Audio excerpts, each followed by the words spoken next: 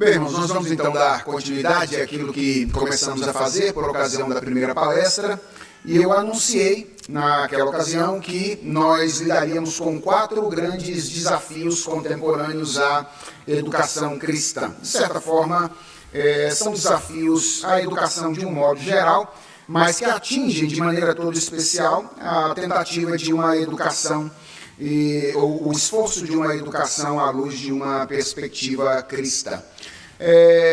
Eventualmente, você pode pensar em outros desafios, certamente há outros, esses não são os únicos desafios que nós enfrentamos. Também é difícil dizer que eles sejam os principais desafios, porque contextos são diferentes, não é? E aquilo que às vezes é muito essencial em um contexto particular pode já ter sido atingido, alcançado por outros contextos. Então é muito difícil a gente dizer que esses sejam os desafios principais. O que me parece é que eles são desafios importantes para os quais nós devemos estar atentos e que nós devemos considerar ao pensar a educação nos nossos dias. Além disso, eu me preocupei quando elenquei os desafios, sobretudo aqueles que eu vou mencionar a partir de agora, porque há uma diferença entre o primeiro desafio e os outros 3. O primeiro era um desafio que diz muito respeito a quem nós somos. E não foi à toa que eu coloquei ele em primeiro lugar. É que eu acho que aquilo que nós fazemos é um resultado daquilo que nós somos. Então, se a gente quer oferecer uma educação adequada, correta para os nossos filhos, para os nossos alunos, para os membros da nossa igreja, tudo começa com a nossa identidade, com quem nós somos, com os valores, com a adoração, com as virtudes que nós cultivamos pela graça de Deus no nosso caráter. Então, foi por isso que eu comecei por essa. Agora, os 3 próximos desafios, eles dizem mais respeito especificamente ao contexto, à realidade externa propriamente dita. E quando eu pensei nesses 3 desafios, eu pensei sobretudo no segundo desafio que eu vou apresentar agora, em algo que nem sempre é percebido por nós. E isso significa que está ficando de fora aqui algumas coisas que eventualmente você diria, mas pastor não tocou nessa questão específica, é porque eu escolhi algumas coisas que eu acredito eu teria melhor condições de mostrar e que não são percebidas de maneira tão claramente, tá bom? Então, o segundo desafio que eu creio nós enfrentamos em um mundo contemporâneo para educar à luz de uma perspectiva cristã é o que eu tenho chamado de o desafio do controle sobre a informação. Esse é o segundo grande desafio, o desafio do controle sobre a informação.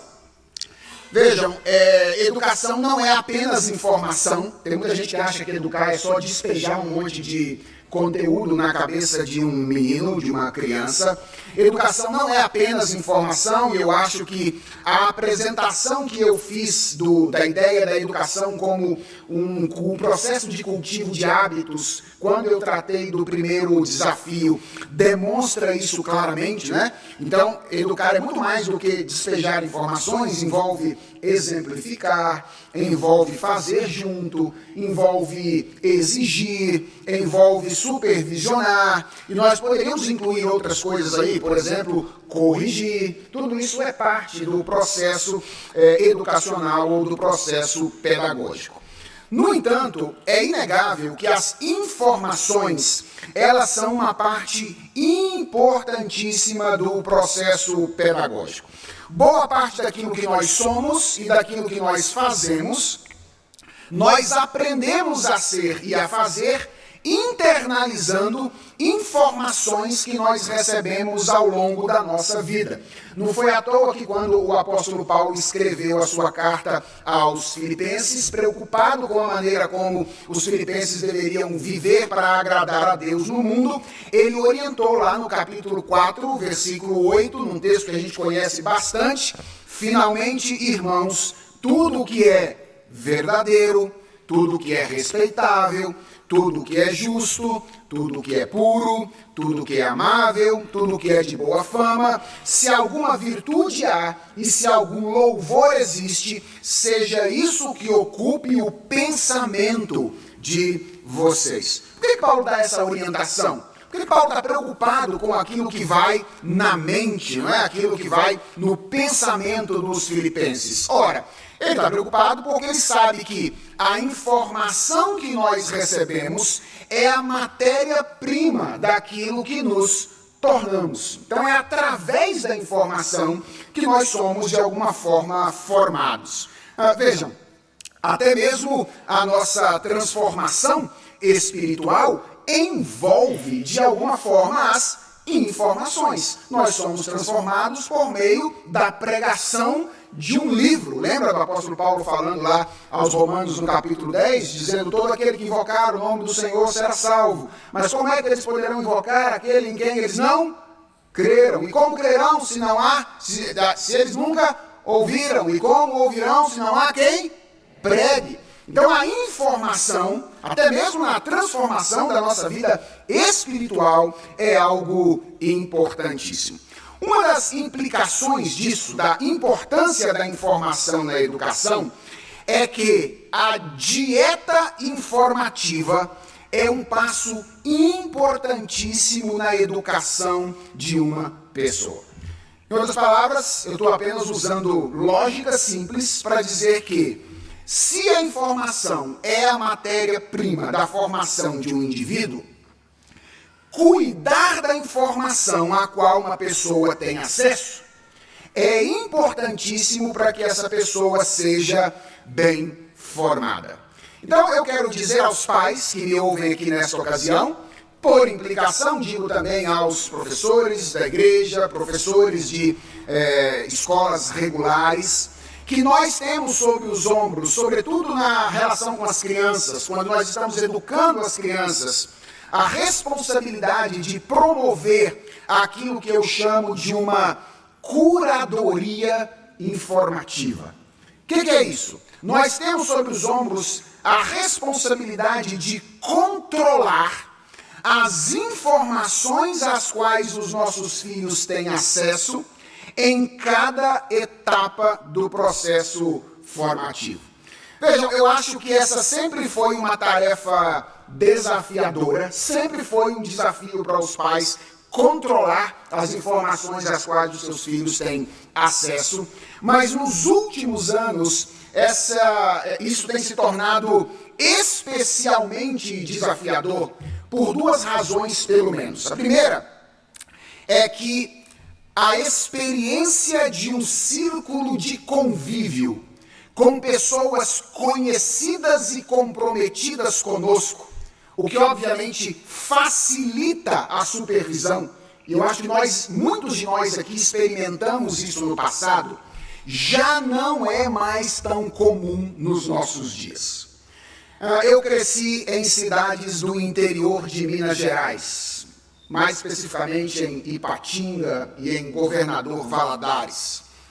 E como toda criança que cresceu há 30 anos no interior de Minas Gerais, eu cresci na rua, certo? Cresci na rua.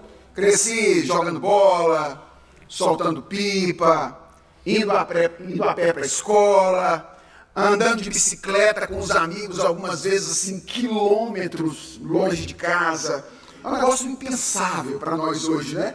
Mas eu tinha 12 anos de idade, no interior de Minas Gerais, idade da minha filha hoje, e eu pegava uma bicicleta e às vezes ficava 4 horas, 5 horas longe, fora de casa, andando a quilômetros de distância na companhia dos meus amigos. E atenção, gente, nem celular tinha naquela época, hein? Imagina quão desesperador seria para um pai contemporâneo imaginar que o filho dele pegou a bicicleta, vai sair 4, 5 horas sem ele saber onde é que ele está e ele está pelo mundo afora solto. Então foi assim que eu cresci há 30 anos atrás. Vejam, eu aprendi muita coisa que eu não deveria aprender, certamente aprendi, e muita coisa que ainda não estava na hora de aprender. Eu acho que isso aconteceu com a minha formação. Mas eu me lembro de algo curioso que eu experimentei na minha infância. Não poucas vezes, os meus pais tomavam conhecimento de ambientes que eu estava frequentando, ou de pessoas com quem eu estava andando que tinham o potencial de me submeter às más informações, apesar de toda a liberdade da qual eu desfrutava naquela ocasião. E sabe por que isso acontecia? Porque mesmo longe dos meus pais, eu estava envolvido em um círculo maior de convívio com pessoas conhecidas e que de alguma forma estavam comprometidas com o meu bem-estar e com o bem-estar da minha família. Por exemplo, eu estava sempre perto de um parente, então sempre tinha um tio, uma tia, uma avó que estava ali vendo e tomando conhecimento daquilo que estava acontecendo. Sempre tinha um vizinho, os vizinhos que ficavam na rua 7 horas da noite, né, estourando pipoca e comendo ali com as crianças, brincando, andando de bicicleta. Eles davam notícias. Os pais dos amigos da escola.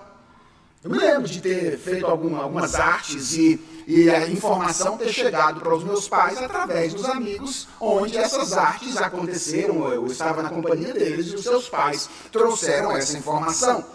Membros da igreja, lembra, estamos falando de uma cidade pequena, menor, no interior, onde os membros da igreja estão circulando na rua e eu lá de bicicleta fazendo as minhas peripécias e percebe que eu estava entrando num ambiente ruim ou andando com uma pessoa que não era lá grande coisa e essa informação de alguma forma chegava na minha casa ou chegava nos meus pais. Naquele contexto, até as relações burocráticas nas quais eu estava envolvido, por exemplo, a professora na escola, o dono da venda onde a gente comprava as coisas na esquina, eram relações com pessoas conhecidas. E essas pessoas, de uma forma ou de outra, acabavam ajudando um pouco na supervisão daquilo que estava acontecendo. Eu posso estar errado, mas eu tenho a impressão de que atualmente, sobretudo no nosso contexto, isso não é mais assim. É verdade que as crianças elas não crescem na rua como nós crescemos, e aí a gente tem a ideia de que porque elas não estão na rua, elas estão mais seguras. E talvez elas estejam para algumas coisas. Mas eu suspeito de que elas não estão seguras completamente apenas por não estarem nas ruas ou estarem em ambientes controlados da perspectiva de quem é que entra ou participa desses ambientes. Por quê? Porque, em geral, é uma suspeita. Elas não estão envolvidas em círculos de convívio, onde as pessoas a quem conhecemos e que nos ajudam na supervisão delas, para além daqueles relatórios burocráticos que elas precisam preencher, estão presentes. Nosso tempo é diferente. E, sobretudo, no contexto de uma cidade grande como nós vivemos, o professor do seu filho, ele preenche um relatório burocrático. E diz para você, olha, isso aqui é o que o seu filho tem feito, essa maneira como ele tem agido, reagido, etc e tal. Mas, a menos que eu esteja muito enganado, não dá para perceber que nós temos um comprometimento geral do nosso contexto com o bem-estar das nossas crianças. Então, esse é um primeiro problema que eu acredito torna o desafio do acesso à informação, do controle do acesso à informação, algo mais difícil no nosso contexto. A ausência desse círculo de convívio com pessoas conhecidas e que estão comprometidas de alguma forma conosco. Em segundo lugar, a quantidade de informação produzida e a facilidade de acesso à informação nos dias de hoje é infinitamente maior do que nos dias de antigamente. Veja, até certo tempo, irmãos, quem foi criado na década de 80, 90, como eu, até certo tempo atrás, lembra-se de que havia diferentes tentativas de reunir a informação mais importante levantada pela humanidade até então em alguns poucos volumes impressos. Vocês lembram quando vocês estavam lá no interior jogando bola, andando de bicicleta, e aí passava o vendedor de quê? Enciclopédias, não é? E ter uma enciclopédia daquela na biblioteca era um sonho, não é verdade? Não era qualquer um que podia ter. Quem é que teve enciclopédia aqui em casa? Vamos ver quem foi criado pela avó. Olha, esse pessoal aí é o pessoal da elite intelectual daquele período. Pessoal que teve uma enciclopédia. Quem é frustrado até hoje por nunca ter tido uma enciclopédia, levanta a mão. Aí, ó, pessoal frustrado por não ter tido uma enciclopédia naquele período. Veja, olha só, gente, o que está por trás da ideia da enciclopédia. É a ideia de que toda a informação que foi levantada pelo ser humano pode ser resumida de alguma maneira e colocada em um conjunto de volumes impressos. Hoje não tem mais vendedor de enciclopédia, certo? Quer dizer, pelo menos que eu tenha conhecimento, e que bata na porta da casa da gente para vender as enciclopédias. O desafio de hoje é quantificar a informação que nós produzimos. Deixa eu dar alguns dados para vocês. Na semana passada, no final de semana passada, nós tivemos o Congresso Bienal da ACSI Brasil, que é a Associação Internacional de Escolas Cristãs. Aliás, eu recomendo que vocês conheçam o site da ACSI, axi.com.br, ACSI, Associação Internacional de Escolas Cristãs, que reúne escolas cristãs no Brasil todo e fornece material, textos importantes, cursos importantes para professores e que também podem ser aproveitados de alguma forma pelos pais. Um dos preletores daquele congresso foi o pastor Helder Cardim, que é o chanceler do Ministério das Escolas do Palavra da Vida. E ele apresentou alguns dados muito interessantes sobre a velocidade da informação nos nossos dias. O pastor Helder disse que leu em algum lugar, eu até tentei pegar com ele a fonte disso essa semana, mas não consegui ainda. Ele leu em algum lugar que até o ano de 1500, o ser humano tinha levantado um número X de informações. Entre os anos de 1500 e 1750, ou seja, 250 anos, a estimativa é que esse número de informações levantado até 1500 tinha sido dobrado. Ou seja, em 250 anos, o dobro de informação. Entre 1750 e 1950, ou seja, 200 anos, duas outras dobras aconteceram. Ou seja, a cada 100 anos depois de 1750, a gente tem uma dobra na quantidade de conhecimento ou de informação. Entre 1950 e 2000, ou seja, o período de 50 anos, outras duas dobras aconteceram. Ou seja, agora num período de 25 anos, depois de toda a tecnologia desenvolvida, por exemplo, a partir da Segunda Guerra Mundial e etc., a gente tem uma dobra na quantidade de conhecimento.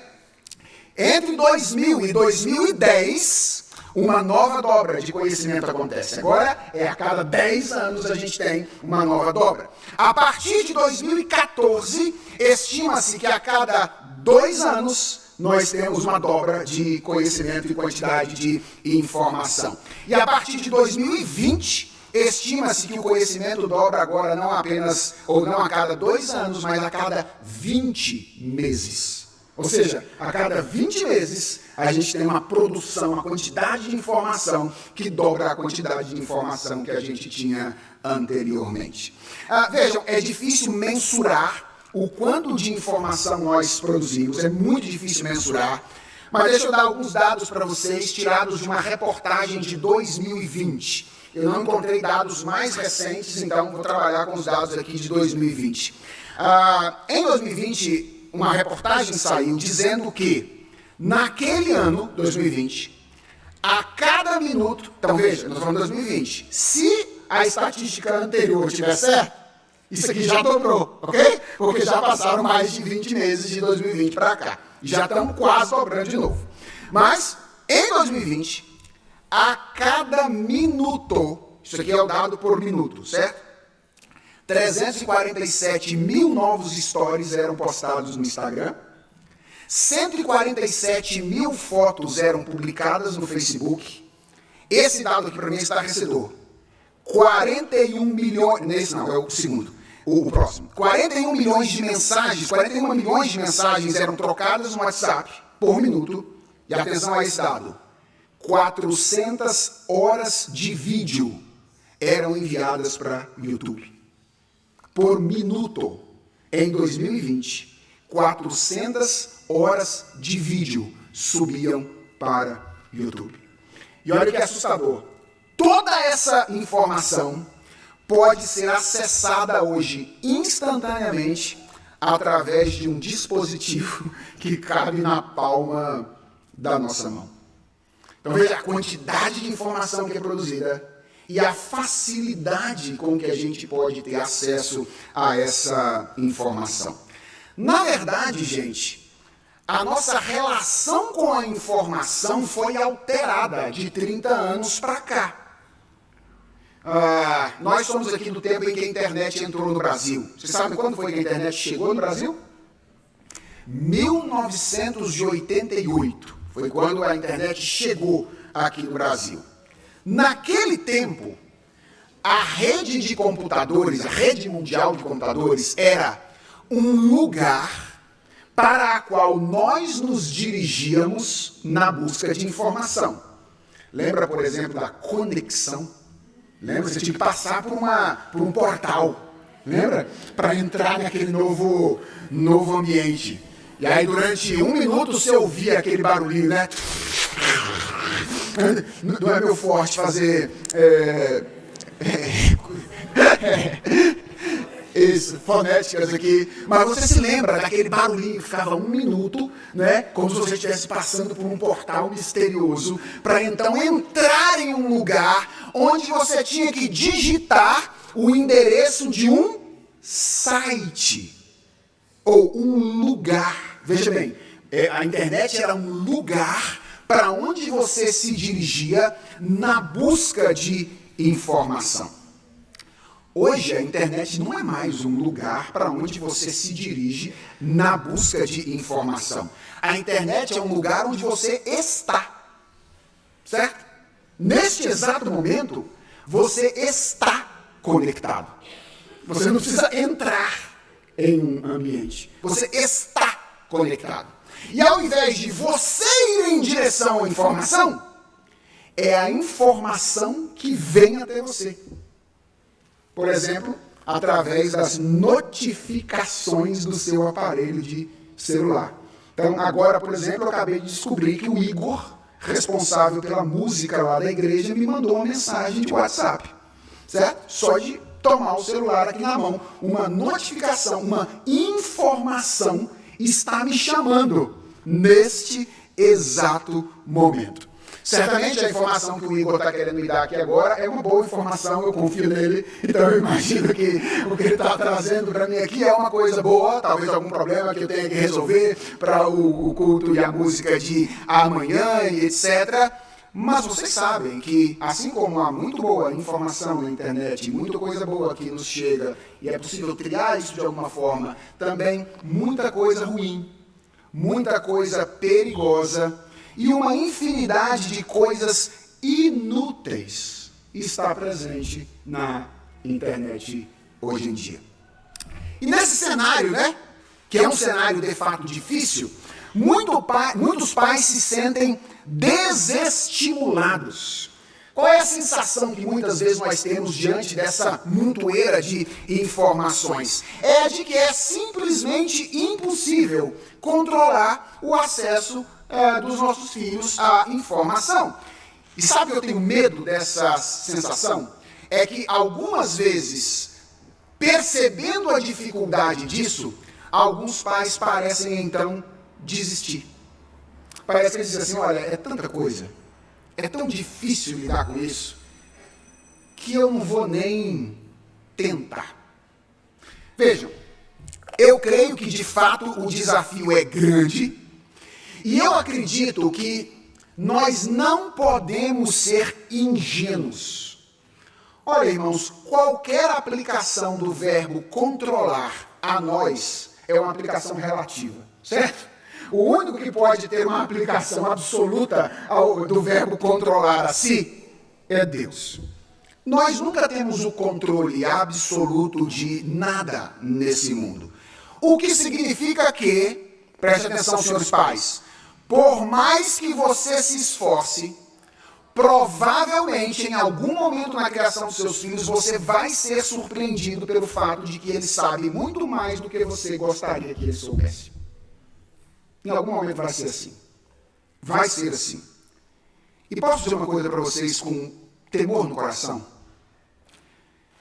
O que há de pais iludidos, imaginando que os seus filhos não sabem, por exemplo, coisas sobre sexualidade, enquanto os seus filhos tiveram muito mais informação sobre o assunto do que eles imaginam, não está no script.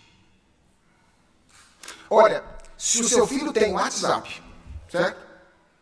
E se o seu filho está no grupo da escola, eu quero dizer uma coisa para você. É bem provável que ele esteja mais informado sobre sexualidade do que você. Bem provável. Sabe por quê? Porque os meninos com 8, 9, 10 anos de idade em grupos de escola já se definem de maneiras, usando termos que a gente tem dificuldade de compreender, com a maior naturalidade do mundo. Eu temo um pouquinho que às vezes a gente seja ingênuo e com o receio de tratar de determinadas questões, nós estejamos vivendo assim meio no mundo da lua, imaginando que os nossos filhos não sabem algumas coisas que nós gostaríamos que eles não soubessem. De fato, não era a hora deles saberem ainda, mas porque nós vivemos em um mundo decaído, onde a informação circula desse jeito e nem sempre nós estamos atentos, essas informações acabam chegando para eles como não gostaríamos que chegasse. Então, eu quero que a gente tenha clareza de que é simplesmente impossível controlar em todos os aspectos a informação que os nossos filhos vão receber. Essa é, de fato, uma tarefa desafiadora. Até certo ponto, eu diria, essa é uma tarefa impossível. É impossível. Ter absoluto controle é impossível. Mas isso não significa que nós não devamos fazer aquilo que é possível fazer, para que nós tenhamos o mínimo de controle possível e necessário sobre as informações que as nossas crianças recebem. E talvez a pergunta sua, depois de ouvir sobre esse desafio, seja: o que é possível fazer, pastor? E eu quero dar 8 dicas diferentes a você, que eu acredito ser coisas que nós podemos fazer para controlar a informação dos nossos filhos. A primeira coisa que eu acho que nós precisamos fazer é ampliar o tempo de contato com eles. Um dos problemas básicos das nossas relações familiares hoje em dia é o pouco tempo de qualidade que nós passamos com os nossos filhos, ou que pais passam com os seus filhos. Alguns pais até fazem algum esforço, né? Eles dizem assim: pastor, agora eu tenho voltado mais cedo do trabalho. Então, ao invés de voltar num horário, eu tenho voltado um pouco mais cedo. Veja bem, eu não estou falando apenas da quantidade de tempo que nós passamos com os nossos filhos. Eu estou falando também da qualidade do tempo que nós passamos com eles. Porque se nós estivermos em casa, mas estivermos nós grudados no computador, no celular, e não dando atenção aos nossos filhos, é a mesma coisa de nós não estarmos lá. Então, é preciso ampliar o tempo de qualidade, de contato com os nossos filhos. Minha esposa tem tentado instituir, nem sempre ela consegue, muitas vezes por causa da minha desobediência, uma caixinha para a gente deixar o celular quando a gente entra em casa. Ou seja, esse é o lugar onde o celular tem que ficar aprisionado quando nós adentramos dentro de casa. Para quê? Com a finalidade de que nós tenhamos tempo de qualidade com as nossas crianças ou os nossos filhos. A segunda coisa que eu acho que a gente pode fazer é estarmos mais atentos às pessoas que exercem ascendência sobre os nossos filhos em outras instituições. Ou seja, procurar conhecer quais são as pessoas que estão instruindo os nossos filhos nas instituições outras pedagógicas nas quais eles estão inseridos. Em terceiro lugar, nós precisamos e podemos também acompanhar mais de perto a vida escolar dos nossos filhos. E, gente, permita uma palavra aqui. Acompanhar a vida escolar dos filhos não é participar de uma reunião de pais uma vez por ano. Isso não é acompanhar a vida escolar de um filho. Acompanhar a vida escolar de um filho é conhecer os seus livros didáticos. Conhecer quais são os livros paradidáticos que as professoras estão pedindo para os meninos lerem. Acompanhar os grupos de comunicação que eles estão, de alguma forma, envolvidos, não é? Então, às vezes a gente encontra coisas esdrúxulas, assim, em lugares onde não deveriam estar. Esses dias eu me deparei, por exemplo, com um livro de 4º ano de ensino fundamental, ou seja, crianças de 9 para 10 anos de idade, onde tinha um exercício de língua portuguesa, que era um exercício de interpretação, ou seja, era um exercício de interpretação do texto, cuja música a ser analisada era Vitoriosa, de Ivan Lins. Vocês se lembram de Vitoriosa? Às vezes a gente nem se lembra, né? Porque a melodia é tão bela que a gente nem percebe o que está escrito lá. Eu vou citar um pedacinho só para vocês ficarem pasmos, tá bom? Quero sua alegria escandalosa, vitoriosa por não ter vergonha de aprender como se goza. Isso é a letra da música. Ela estava num livro de 4º ano do ensino fundamental, como um exercício de interpretação de texto. Percebe? Se você está atento a isso, você percebe que a visão de satisfação e felicidade, a visão de sexualidade que está sendo transmitida, não em um livro de ciências que trata sobre a questão de sexualidade, mas por meio de um texto que está sendo veiculado em um exercício de interpretação, é danoso e prejudicial para as nossas crianças. Então, acompanhar a vida escolar dos nossos filhos para verificar que tipo de informação ele está recebendo através desses livros didáticos, paradidáticos, grupos de comunicação e etc. Quarto lugar, eu creio que nós podemos retardar o acesso dos nossos filhos aos meios de comunicação.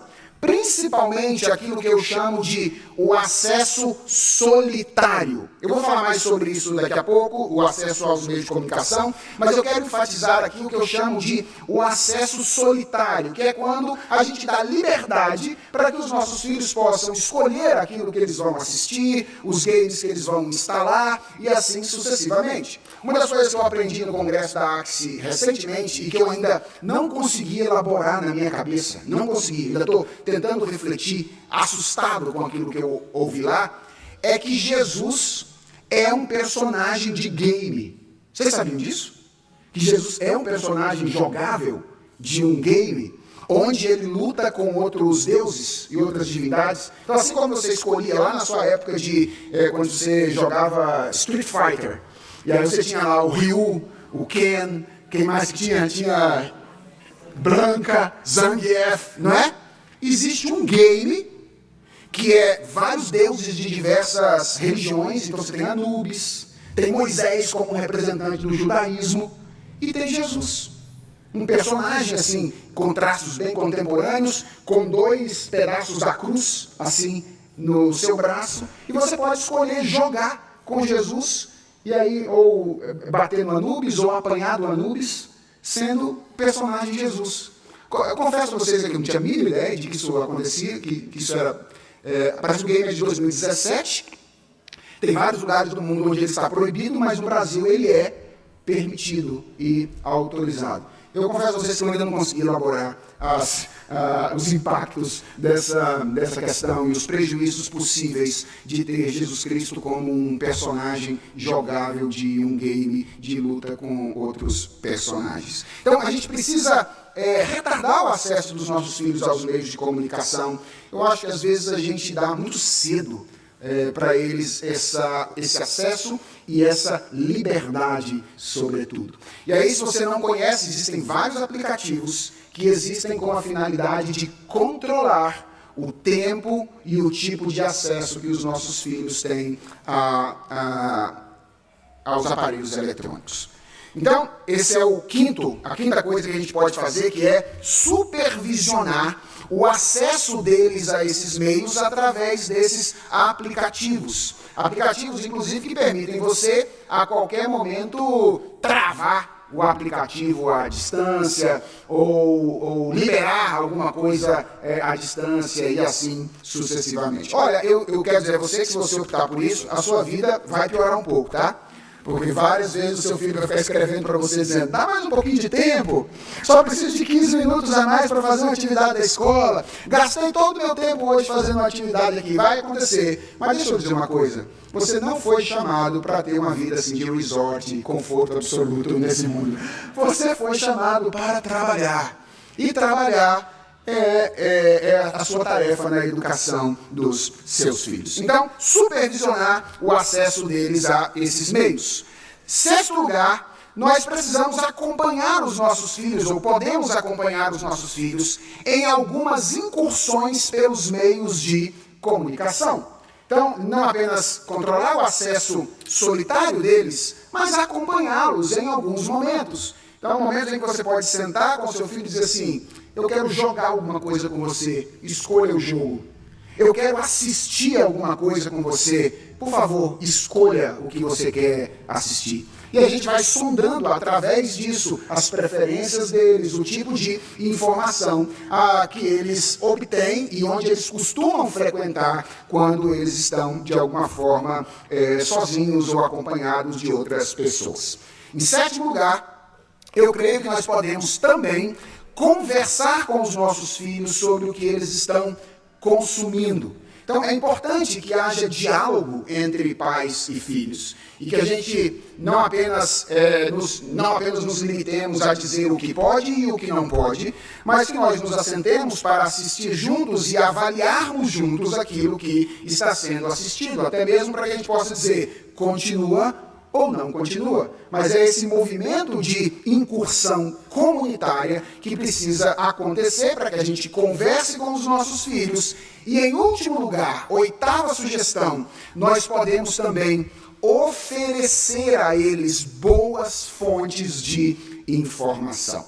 Às vezes a gente fica muito apegado a essa questão de limitar, de dizer: olha, não passe daqui, não assista aquilo, não veja aquilo outro, não jogue este game.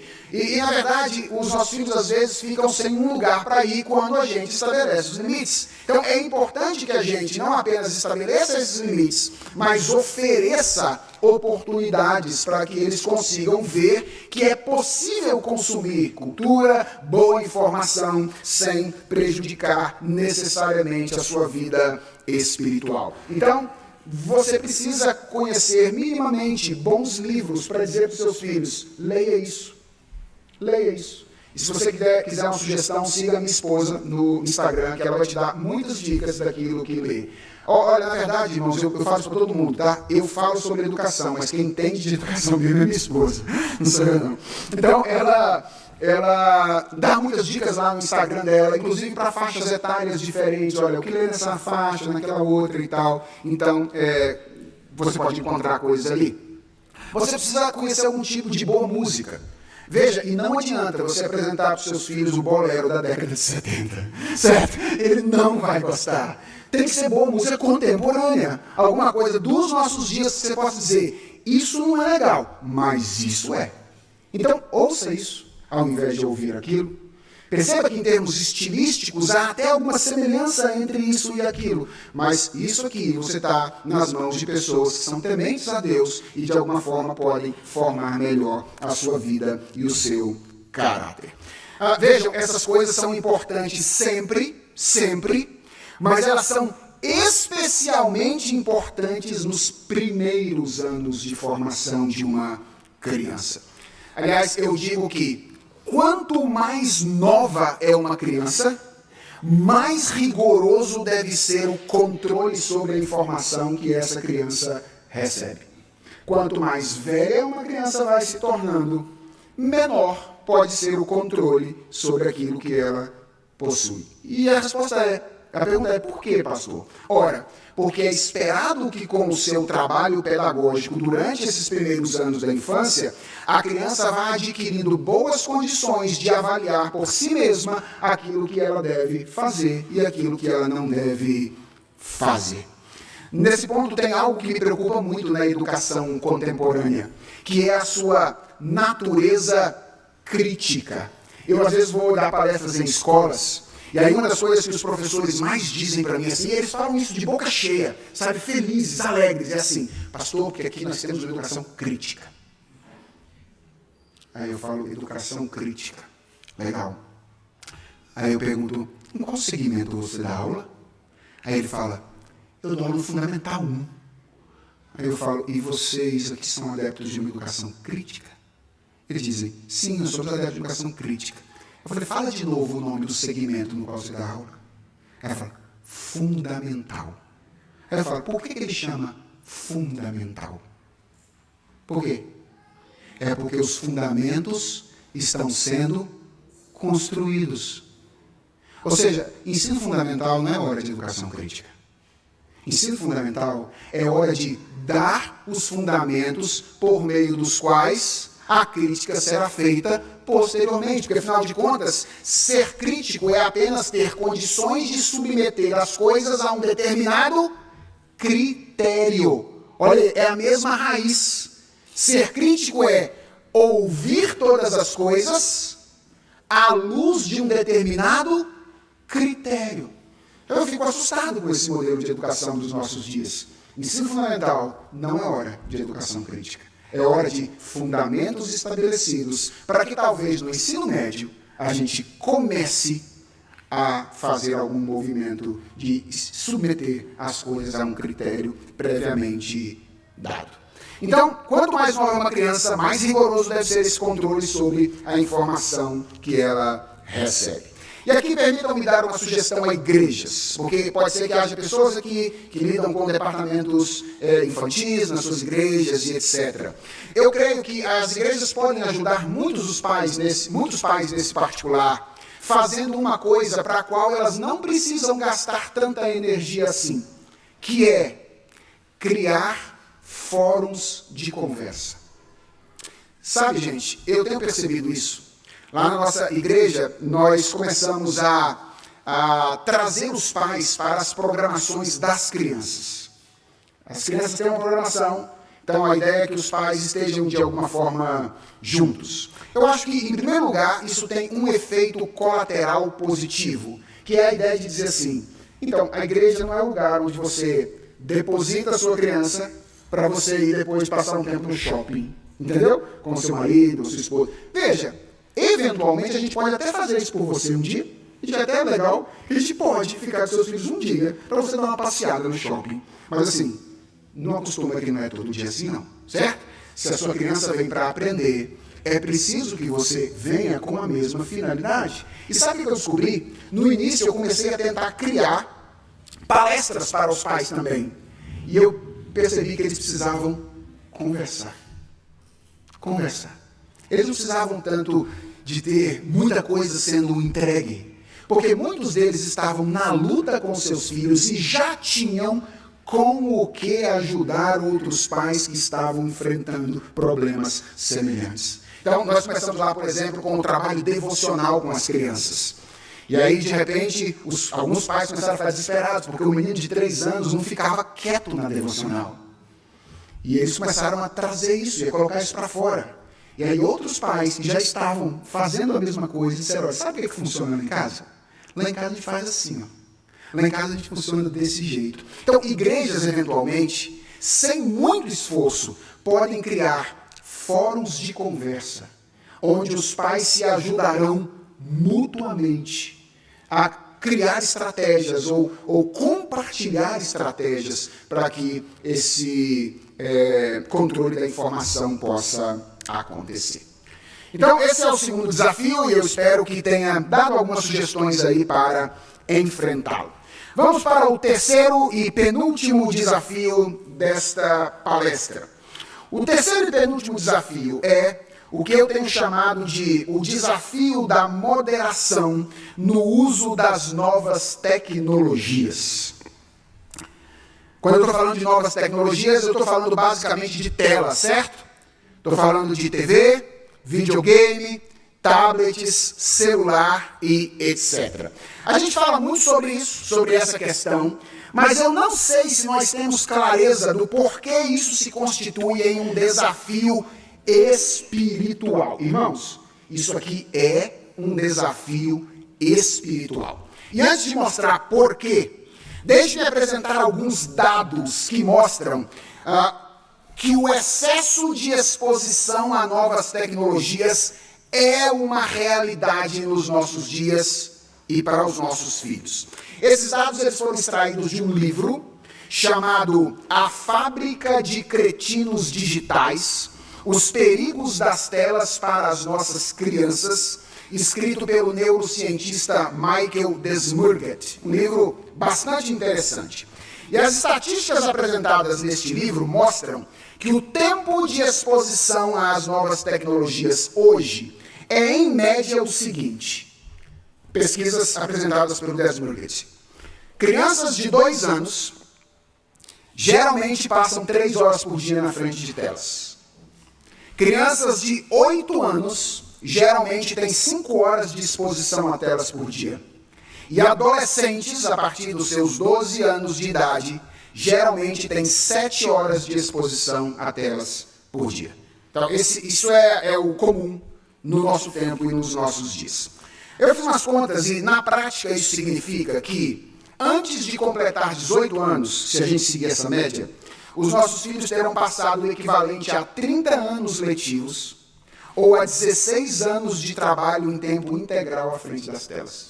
Se você fizer a conta nessa média, quando o menino tiver 18 anos, ele passou o tempo equivalente a 30 anos letivos na frente de telas, ou o tempo equivalente a 16 anos de trabalho em tempo integral. Aí você diz assim, mas pastor, isso aí deve ser em países assim, primeiro mundo, Estados Unidos, Inglaterra e outros lugares. No Brasil não é assim.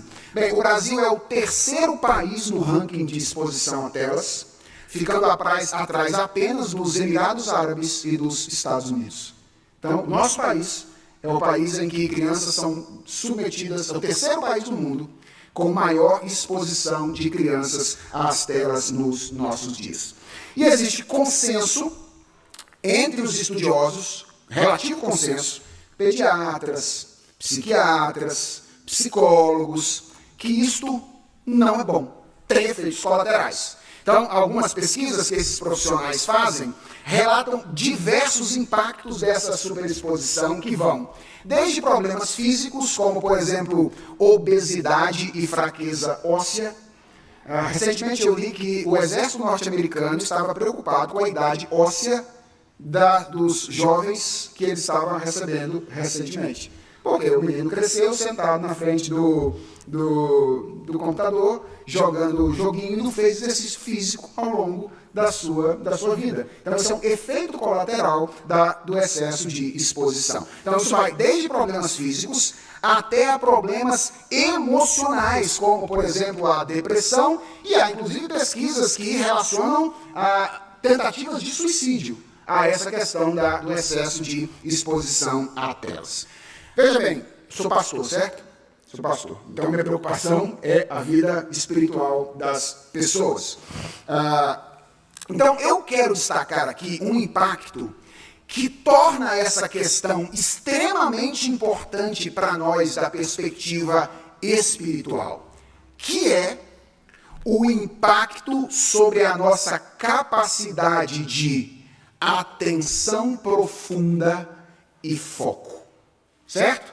Então, uma das coisas que os estudiosos têm dito também, principalmente aqueles interessados em educação, é que a velocidade ou a instantaneidade com a qual novas tecnologias lidam com a informação e o conhecimento condiciona o nosso cérebro a um modelo de aprendizagem que é instantâneo e superficial, que desencoraja a gente à contemplação profunda e ao foco. Então tem uma outra obra do Nicholas Carr chamada A Geração Superficial, o que a internet está fazendo com os nossos cérebros, certo? Uma obra bastante importante. E o Nicholas Carr diz que o que a internet parece fazer, abre aspas para ele, é tirar a nossa capacidade de concentração e contemplação. E ele continua, estando online ou não, agora a minha mente espera ingerir informações do modo como a internet a distribui, em um fluxo rápido e contínuo de partículas. Certo? Então veja, algum tempo atrás, quando a gente queria, por exemplo, entender um assunto, o que a gente esperava? Esperava ler uns 2 ou 3 livros, talvez fazer um curso de alguns anos, e aí a gente podia dizer, olha, eu acho que eu entendo sobre isso. Hoje, o que a gente faz quando a gente quer entender um assunto? Lê uns 2 tweets, dá uma olhadinha, né? Lê uns 2 tweets, dá uma olhadinha em um Instagram de algum especialista e tal, e a gente já diz, ok, agora eu entendo. Por quê?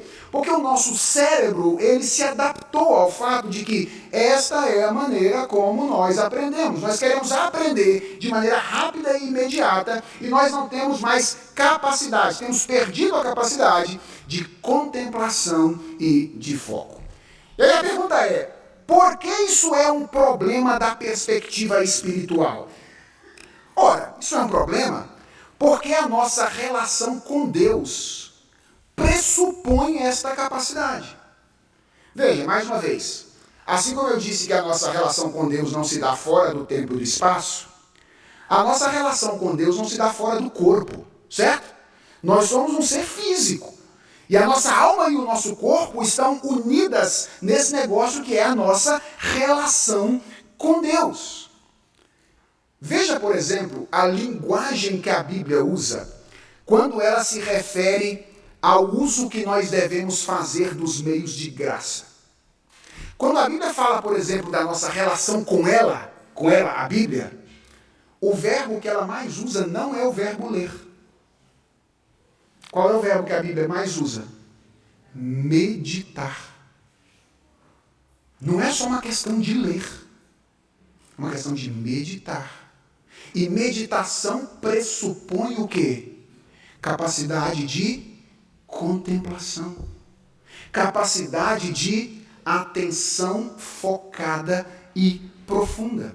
Quando a Bíblia fala da oração, ela frequentemente relaciona a oração palavras como perseverança, ou palavras como vigilância. São palavras que a Bíblia relaciona a essa nossa relação com os meios de graça. Veja o que Calvino diz sobre isso lá no século XVI, no livro 3, capítulo 20, parágrafos 4 e 5 das Institutas. Ele diz assim, olha, preste atenção nisso, que a primeira regra da oração correta seja que tenhamos o nosso coração e a nossa mente dispostos como convém àqueles que estão entrando em uma conversa com Deus. Que todo aquele que se predispõe a orar, a isso aplique seus pensamentos e sentimentos. E não se deixe, como costuma acontecer, distrair por pensamentos divagantes.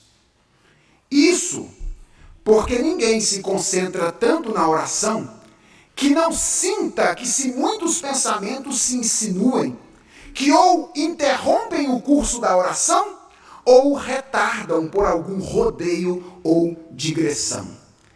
Que consideremos, diz Calvino, nesse caso, o quanto é indigno que quando Deus nos admite a uma conversa íntima com Ele, abusar de sua tão grande condescendência, misturando coisas sagradas com profanas, a reverência por Ele não manter nossa mente sob controle, mas exatamente como se estivéssemos tratando com um homem como nós mesmos, esquecemos-nos dele e permitimos que nossos pensamentos corram para lá e para cá. Olha, eu não sei se você já está experimentando isso, mas eu confesso que eu sinto os efeitos do excesso de tecnologia na minha vida de oração. Não sei se você experimenta isso hoje em dia, mas eu sinto que a capacidade de atenção profunda e de contemplação começam a ser perdidas por mim, que nem sou um nativo digital assim como são as novas gerações, em virtude do excesso de exposição às telas. Vejam, irmãos, se o consenso científico estiver correto, qual é o meu ponto?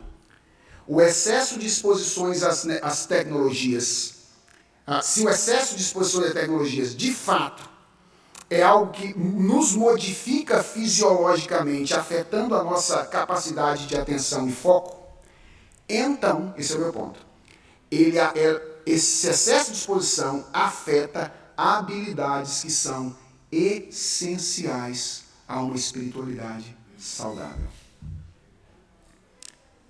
Em outras palavras, eu temo que as novas gerações tenham pouca capacidade de orar.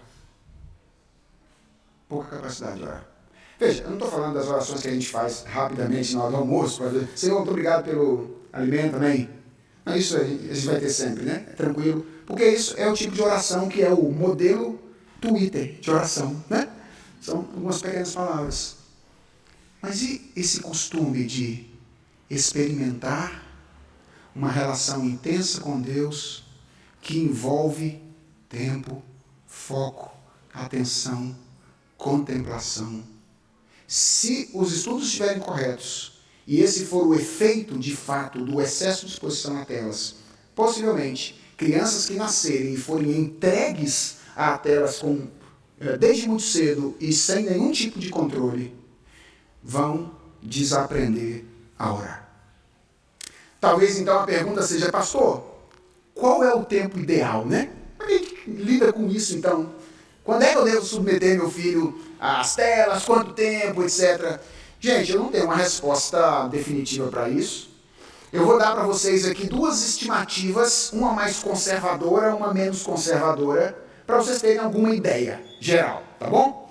Então, o Michael Desmurget, que é aquele neurocientista que escreveu A Fábrica de Cretinos Digitais, ele tem uma perspectiva bastante conservadora. Bastante conservadora. Então, ele acredita que crianças não deveriam ter nenhum uso regular de novas tecnologias antes dos 6 anos de idade. Então, ele diz, olha, antes de 6 anos, ele diz, 0. Se você quer manter assim, o cérebro ativo, sem muita dificuldade com ser afetado, 6 anos de idade, 0. Depois dos 6 anos, ele vai dizer, 30 minutos a 1 hora por dia seria um tempo admissível sem prejuízos. Então, isso é ideal. Veja, nós temos problemas aqui, né? Porque nós trabalhamos, muitos de nós, na frente do computador 7 ou 8 horas por dia.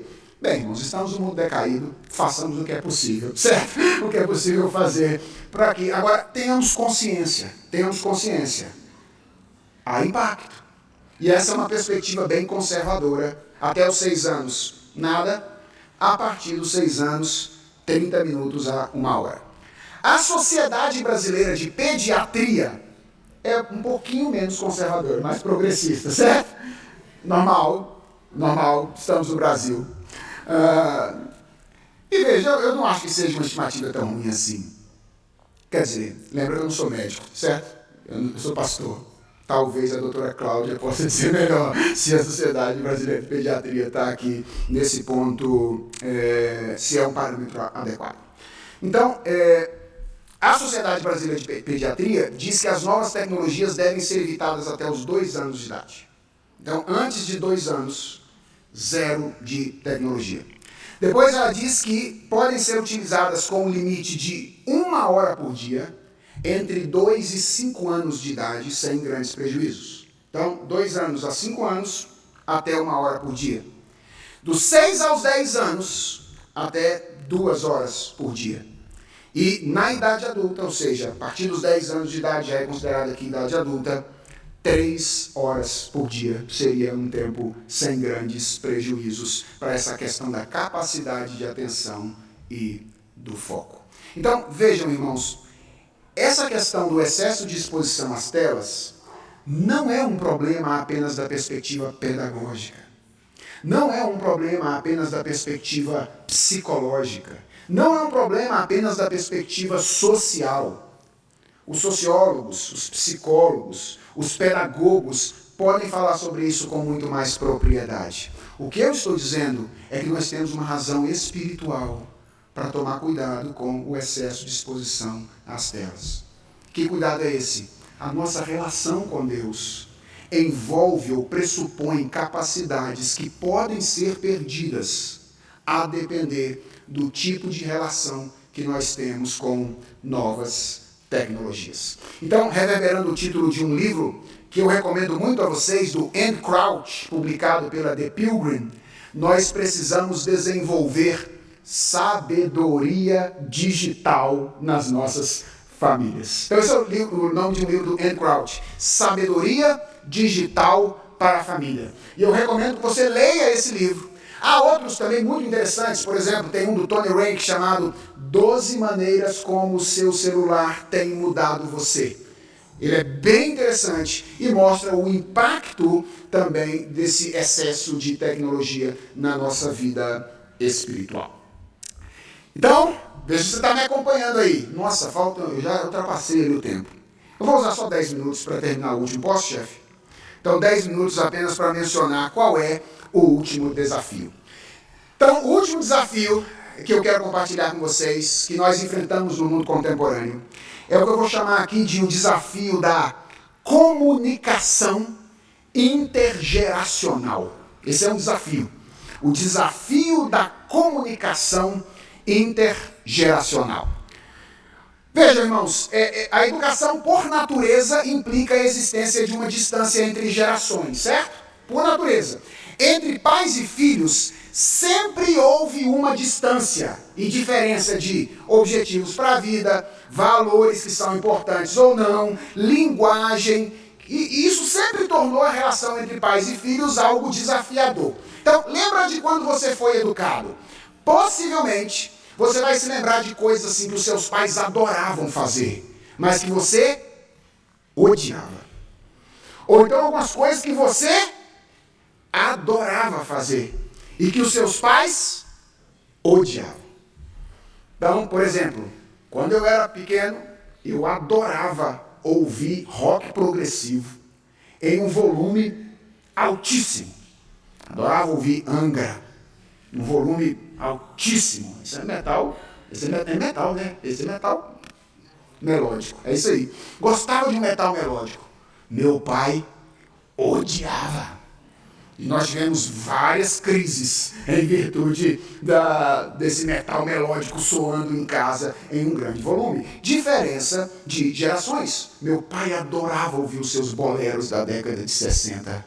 Quando ele botava aquilo, eu dizia, é isso que o senhor chama de música? Certo? Essa é a distância natural que existe entre gerações. Isso sempre foi assim. Sempre houve uma distância entre pais e filhos. Mas preste atenção. De um tempo para cá, essa distância parece estar aumentando. Por duas razões, pelo menos. Primeiro, nós estamos tendo filhos cada vez mais velhos.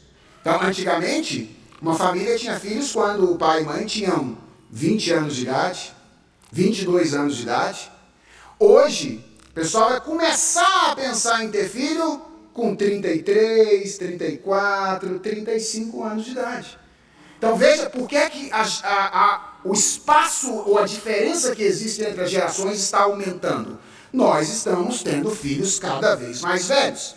E em segundo lugar, a velocidade das mudanças culturais no mundo contemporâneo é imensa. Pra vocês terem uma ideia, os estudos mais recentes mostram que o intervalo de tempo que no passado separava duas gerações, o mesmo intervalo hoje separa 3 ou 4. Em outras palavras, quando antigamente a gente falava no período de uma geração, Ah, agora é uma nova geração. A gente estava falando de um período de 15 a 20 anos, para a gente falar de uma nova geração. Hoje, fala-se no período de intervalo de 5 ou 8 anos, e a gente já tem uma mudança cultural. Já é uma nova geração que está vindo ali. Olha o que isso significa.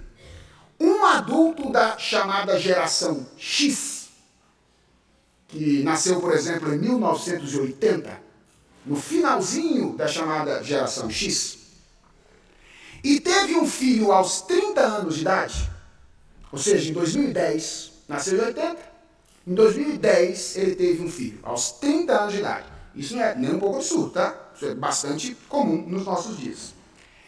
Ele não está educando um filho da geração Y, que seria a geração seguinte, certo? Ele está educando um filho da geração alfa. Em outras palavras, entre ele e o filho dele, já tem a geração X e a geração Z. Percebeu? No passado, havia uma distância geracional entre pais e filhos, natural. Isso é, uma geração transmitindo a outra geração. Esse espaço nos nossos dias, por causa da idade em que nós temos filho e da velocidade das mudanças culturais, esse espaço, esse hiato está cada vez maior. E você pode ignorar aí a terminologia das gerações. Pegue o conceito. O conceito é: os valores têm mudado muito rápido na cultura contemporânea. E, consequentemente, a distância cultural entre os pais e os filhos hoje é muito maior do que foi no passado. E qual é meu ponto? Isso tem uma implicação para a comunicação. Qual é o nosso trabalho mesmo? O Dr. Heber Júnior falou ontem: transmitir às novas gerações as verdades do Senhor. Se nós temos uma distância radical entre uma geração e outra maior, isso dificulta o nosso trabalho de comunicação das coisas que nós precisamos oferecer. Veja, a gente vê isso muito fácil na linguagem, né? Por exemplo, você sabe o que é alguém cringe? Sabe? Talvez você saiba, né? O que é alguém cringe? Cringe é alguém cafona, né? É vergonha alheia ali. Cringe é alguém cafona. Você sabe o que é alguém based? Sabe o que é alguém based? É o contrário de cringe. É alguém autêntico. Você sabe o que é uma coisa normie? Sabe? O que é uma coisa normie? É algo que saturou, que perdeu a sua originalidade. Normal, né? Normie. Você sabe o que é uma coisa indie? Sabe ou não? É o contrário de normie. É aquilo que foge dos padrões, é independente. Você sabe o que é ser stan? Não? É ser muito fã de alguma coisa, né? Tem gente que diz que é a junção de stalker com fã. Stan. É ser muito fã de alguma coisa. Sabe o que é alguma coisa chuggy? É uma coisa que é uma tendência que pode ser brega, mas de vez em quando dá vontade de usar. Você sabe que é um negócio brega, mas de vez em quando dá vontade de usar. Veja bem, isso aqui é tudo terminologia da geração Z, certo? Que a gente tem dificuldade de compreender. Por quê? Porque existe uma distância, uma separação entre uma geração e outra. Agora, sabe o que é mais problemático? E é a questão para a qual eu acho que nem sempre nós estamos atentos. Não é que pode haver apenas uma distinção de linguagem, ou há uma distinção de linguagem. É que há uma distinção de conceitos entre as diferentes gerações. Em outras palavras, a mobília intelectual que a gente usa de uma geração para outra também muda. E sabe por que é isso preocupante? Isso é preocupante? Mais até do que a diferença de linguagem, é porque isso possibilita que às vezes nós sejamos enganados, imaginando que nós estamos comunicando com clareza alguma coisa para as novas gerações, enquanto elas estão entendendo outra coisa diferente daquilo que a gente está comunicando. Deixa eu tentar exemplificar isso. Imagina que um pai da minha geração, certo? Minha geração, chegue para um filho e diz o seguinte: você precisa fazer a coisa certa. Presta atenção nessa expressão, fazer a coisa certa. O que esse pai possivelmente está comunicando ao seu filho? Ora, possivelmente, o que ele está dizendo é que o seu filho deve ter um ato que se conforma a um determinado padrão. Por quê? Porque a minha geração, ela ainda pressupõe, boa parte dela, a existência de padrões externos aos quais as coisas internas do ser humano precisam se conformar. Então, quando a gente fala de verdade, a gente acredita que existe uma realidade externa e que o nosso pensamento, para ser verdadeiro, tem que se adequar àquilo que existe na realidade externa. Esse é o pressuposto. Quando a gente fala de fazer uma coisa certa, a gente tem o pressuposto de que existe o certo, o justo, fora da gente, e que a gente, então, tem que conformar os nossos atos a essa coisa justa. Então, coisa certa para um pai dessa geração é uma atitude que se conforma a um padrão. Quando o filho da geração Z ou da geração Alfa ouve, você precisa fazer a coisa certa, há boas chances de que ele entenda fazer o que ele quiser fazer. Ou fazer o que ele estiver sentindo, ou fazer o que lhe trará satisfação momentânea. Por quê? Porque é provável que ele já não trate com naturalidade a existência de padrões externos absolutos. Ele já não valoriza tanto a realidade externa como a nossa geração valorizava. Mudou a epistemologia, ou seja, a teoria do conhecimento. Agora a verdade é uma questão que se estabelece por si mesmo. Então quando você diz, Jesus é a verdade, o que você está dizendo é que Jesus é real. Que é o lugar onde você vai encontrar a maior possibilidade de viver a vida concreta. O menino da geração Z ou Alfa entende, verdade é o que funciona durante um tempo. Então, se Jesus é verdade, legal. Quando ele funcionar para mim, estou com ele. Agora, a partir do momento em que ele não funciona mais, eu corro atrás de uma outra coisa que eu eventualmente ache verdadeiro. Você percebe como falar com os nossos filhos de um modo que sejamos ouvidos e compreendidos é um desafio hoje? Não é só porque a linguagem mudou, é porque os conceitos mudaram também. E às vezes a gente está usando palavras semelhantes, mas falando de coisas diferentes. É o que o Francis Schaeffer chamava de misticismo semântico. As palavras são as mesmas, certo?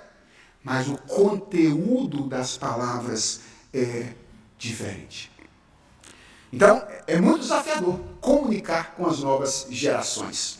O que eu acho que a gente pode fazer para possibilitar que isso aconteça de melhor, de maneira mais tranquila? Veja, irmãos, eu não tenho uma receita de bolo para isso, certo?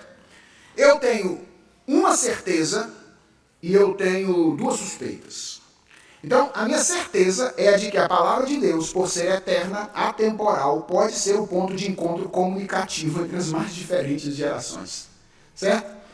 Então, quanto mais nós nos apegarmos à palavra de Deus, redefinirmos os conceitos à luz da palavra de Deus, ajudarmos os nossos filhos a compreender a palavra de Deus, maior é a chance de nós termos um ponto de contato comum entre essas gerações. Porque a palavra de Deus é eterna, ela é atemporal e ela é transhistórica. Ela entra em todos os momentos da história para realizar aquilo que ela precisa realizar. Então essa é a minha certeza, certo? E por isso nós precisamos ensinar a palavra de Deus, encarnar a palavra de Deus em nosso comportamento e orar para que essa palavra que um dia penetrou no nosso coração, penetre também no coração dos nossos filhos. E eu tenho duas suspeitas. A primeira suspeita é que no nosso ensino, principalmente no ensino formal, nós precisamos discutir conceitos que antes nós tomávamos como conceitos já compreendidos. Não dá mais nessas novas gerações para dizer tal coisa é a verdade, sem discutir o conceito de verdade. Não dá mais. Não dá mais para dizer, faça o que é certo, sem explicar o que é que você está querendo dizer por certo. Muita coisa que a gente tomava como ponto comum, isso já é conhecido. Então todo mundo sabe o que é isso. Não dá mais para partir desse pressuposto. A gente vai ter que sempre dar um passo atrás para dizer, você entendeu o que eu estou dizendo? Deixa eu tentar garantir que você entendeu. Quando eu estou dizendo que é verdade, eu não estou falando de alguma coisa que serve para você agora e não pode não servir depois. Entendeu? Estou falando que é a coisa mais concreta que Deus fez e que criou no mundo. E que não tem jeito de viver um mundo real a não ser desse jeito. Percebe? A gente vai ter que discutir essas coisas. E a segunda suspeita que eu tenho é a de que, e com isso eu encerro, a nossa comunicação intergeracional pode melhorar na medida em que nos esforçamos para ser famílias. Talvez esteja olhando para mim e dizendo, não é, pastor, não estou entendendo, não. Ser famílias irmãos, sabe o que eu sinto? Essa é uma suspeita, tá? Por isso que eu nomeei assim. Eu sinto que muitas famílias contemporâneas são, mesmo cristãs, um grupo de pessoas que moram debaixo do mesmo teto, mas que nem sempre são uma família. O que é ser uma família à luz da Bíblia? É estarmos engajados em um projeto comum. Sabe, não é que a gente só mora dentro da mesma casa, embora faça coisas diferentes. Sim, nós podemos morar na casa e fazer coisas diferentes, mas nós somos uma família. E o que é ser uma família à luz da Bíblia? É estarmos envolvidos no projeto de conduzir-nos mutuamente à maturidade, por meio da entrega sacrificial de uns pelos outros. Isso é uma família à luz da Bíblia. Isso aqui que nós estamos fazendo juntos. Nós estamos conduzindo uns aos outros à maturidade, por meio do amor, que é a entrega sacrificial de uns pelos outros. Quando a gente entender isso e se engajar nisso, uma das coisas que vai acontecer é que nós vamos assumir uma atitude de autonegação. E como resultado dessa atitude de autonegação, virá uma boa disposição de habitar o mundo dos outros, com a finalidade de servi-los. Habitar o mundo dos outros. Sabe, o mundo dos meus filhos não é o meu mundo. Não é o meu mundo. Eu tenho que fazer um esforço lascado para habitar o mundo deles. Ouvir o que eles gostam, assistir o que eles assistem, conversar com eles sobre o que eles querem conversar. Não é o meu mundo. O meu mundo é outro. Mas se eu assumir o compromisso de ser uma família, ou seja, de viver conduzindo uns aos outros para a maturidade, o que menos importa é o meu mundo. O que menos importa é o meu mundo. Ou seja, eu me disponho a habitar o mundo dos meus filhos, para tentar conversar com eles de maneira que eles possam compreender. Isso lembra alguma coisa a vocês? Isso lembra alguma coisa a vocês? Alguém que esteve disposto a deixar o seu mundo para habitar o mundo do outro, para se comunicar com o outro de um jeito que o outro pudesse entender? Isso lembra o verbo, né? Não lembra? O verbo se fez carne, habitou entre nós, para que pudesse ser a comunicação da palavra de Deus a nós outros. Que Deus nos ajude a fazer o que o verbo fez, né? Essa disposição de autonegação para habitar o mundo dos outros, para conduzi-los à maturidade.